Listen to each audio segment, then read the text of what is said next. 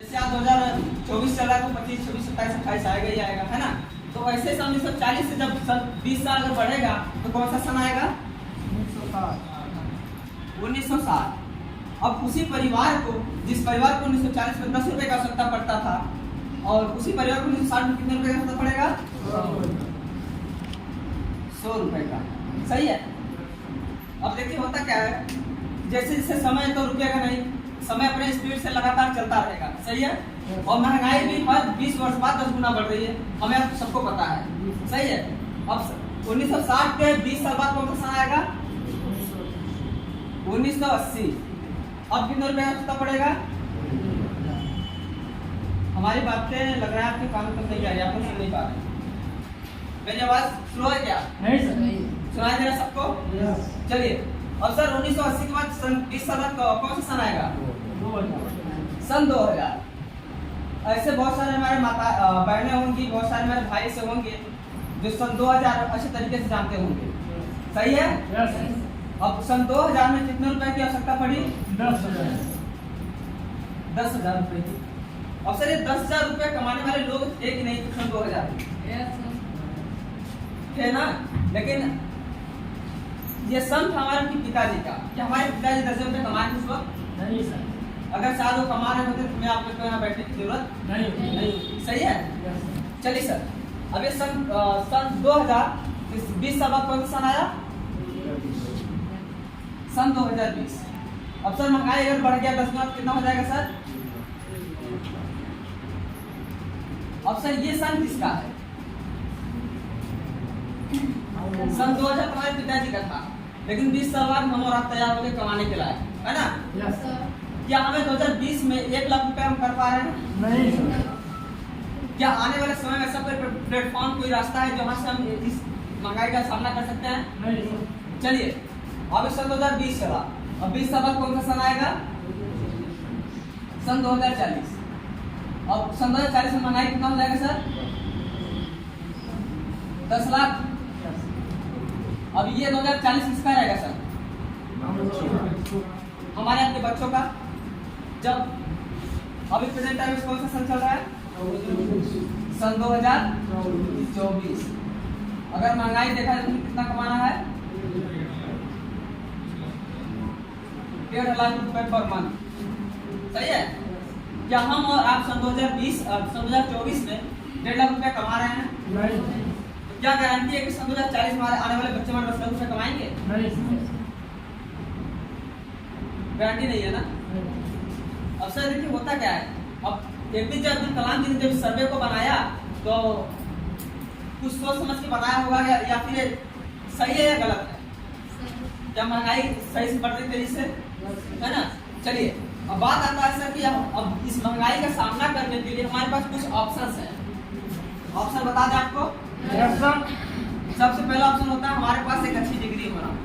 क्या इस उम्र में, इस एज में क्या हमें अच्छी खासी डिग्री मिल सकती है? मिल सकती है? नहीं। देखिए, आप लोग बस रिप्लाई करेंगे तो मुझे भी बताने में अच्छा लगेगा, क्योंकि आप 100 में अगर आप 5% सपोर्ट करेंगे तो 95% में बोलने के लिए तैयार हैं। क्या हमें आपको डिग्री इस वक्त मिल सकती है? Yes sir. लाख रुपए कमाने के लिए? चलिए, क्या हमारे पास करोड़ों रुपए है जहाँ जिससे अपना खुद का धंधा, खुद का बिजनेस शुरू कर सके? नहीं है ना। एक रास्ता है आप लोग के बीच में, जिसका नाम है ELB मार्केटिंग प्राइवेट लिमिटेड। मैं चाहूंगा उसके जोरदार क्लैपिंग।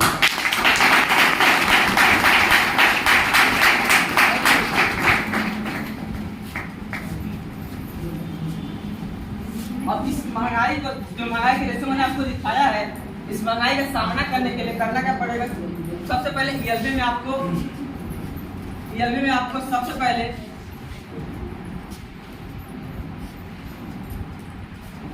6500 रुपए से लेके 8,000 रुपए तक का कुछ प्रोडक्ट लेना पड़ेगा।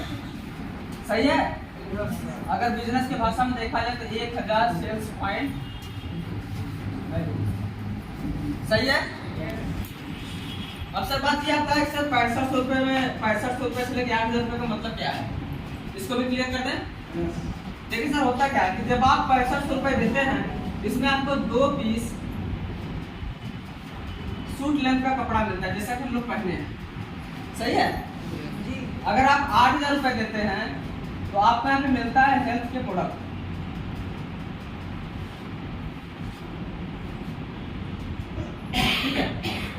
₹6500 देता आपको 2 पीस शुक्ला मिलेगा। अगर आपने 8000 रुपये दिया तो आपको हेल्थ का प्रोडक्ट मिल जाएगा। ठीक है, अब करना क्या है कि जैसे कि आपने 8000 रुपये दिया, हेल्थ का प्रोडक्ट ले लिया, सही है। अब लेने के बाद करना क्या है, इस प्रोडक्ट को सबसे पहले अपने परिवार में यूज कराना है। अगर हमारे परिवार में कोई समस्या है उसको यूज कराना है। यूज करने के बाद जो हमें रिजल्ट मिलता है वो लोगों को शेयर करना होता है। क्या ये कर लेंगे आप लोग? चलिए छोटा सा एग्जांपल देंगे। चलिए मानते हैं कि अगर हमने मोबाइल 10,000 रुपये का लिया, शेयर करने की बात कर रहे हैं। ठीक है, शेयर कैसे होता है, यानी कि हम अदरवाइज मार्केट में बहुत सारी चीजों को हम लोग शेयर ही करते हैं लेकिन कुछ प्रॉफिट नहीं होता है। लेकिन वही प्रोडक्ट अगर हम यहाँ पे अगर शेयर करते हैं तो क्या प्रॉफिट होगा। ठीक है, चलिए हमने एक मोबाइल लिया 10,000 रुपये का और उस मोबाइल को हमने 2-4-10 फ्रेंड को दिखाया और वो लोग बोलेंगे मोबाइल बहुत अच्छा है, सही है। अब जो लोग उसमें 10 में से 5 लोग होते हैं तो भाई मुझे भी दिला दे।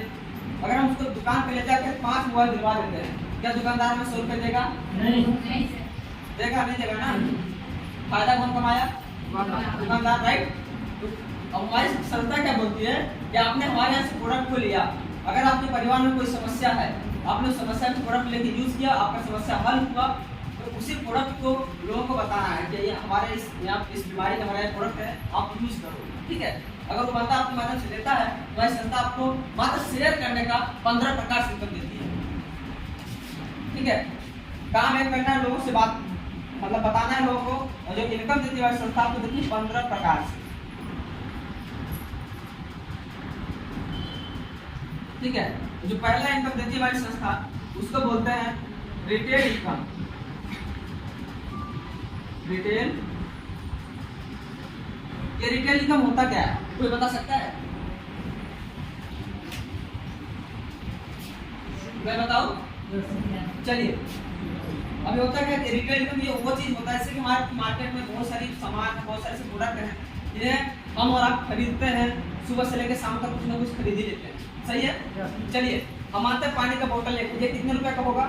एक पानी का बोतल अगर लेंगे तो चलिए 20 रुपए। मार्केट में जब भी हम जाते हैं तो सबसे पहले कहाँ जाएंगे? दुकानदार के पास, सही है।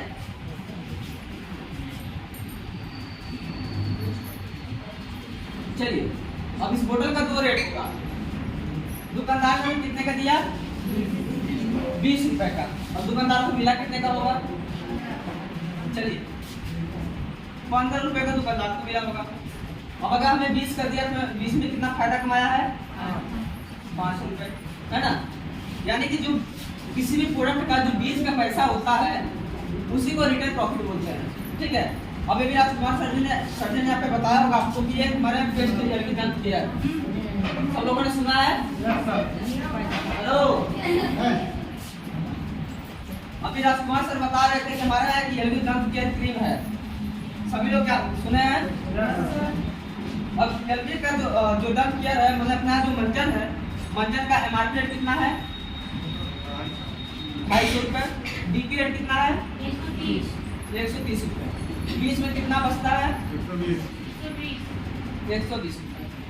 चलिए अब ये 120 रुपए से कोई गाड़ी तो नहीं खरीद सकता, या मोबाइल तो नहीं ले सकता, परिवार तो नहीं चला सकता, सही है। लेकिन इसको डेली करते रहने से कितना प्रॉफिट होगा आपको दिखा देते हैं। चलिए सर, मान लीजिए कि एक मंजन आपने बेचा तो आपको 120 रुपए का प्रॉफिट हुआ, सही है। एक दिन में अगर एक मजदूर काम करने जाता है किसी के यहाँ तो 8 घंटे देता है तो कितना कमाता है? 400, 500 यही कमाता है।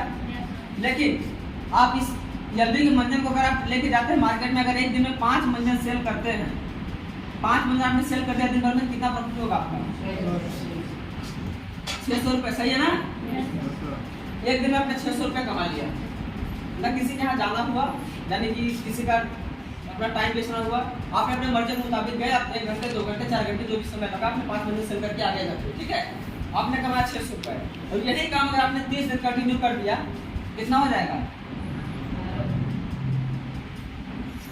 जरा गणित कमजोर है, आप बताइएगा।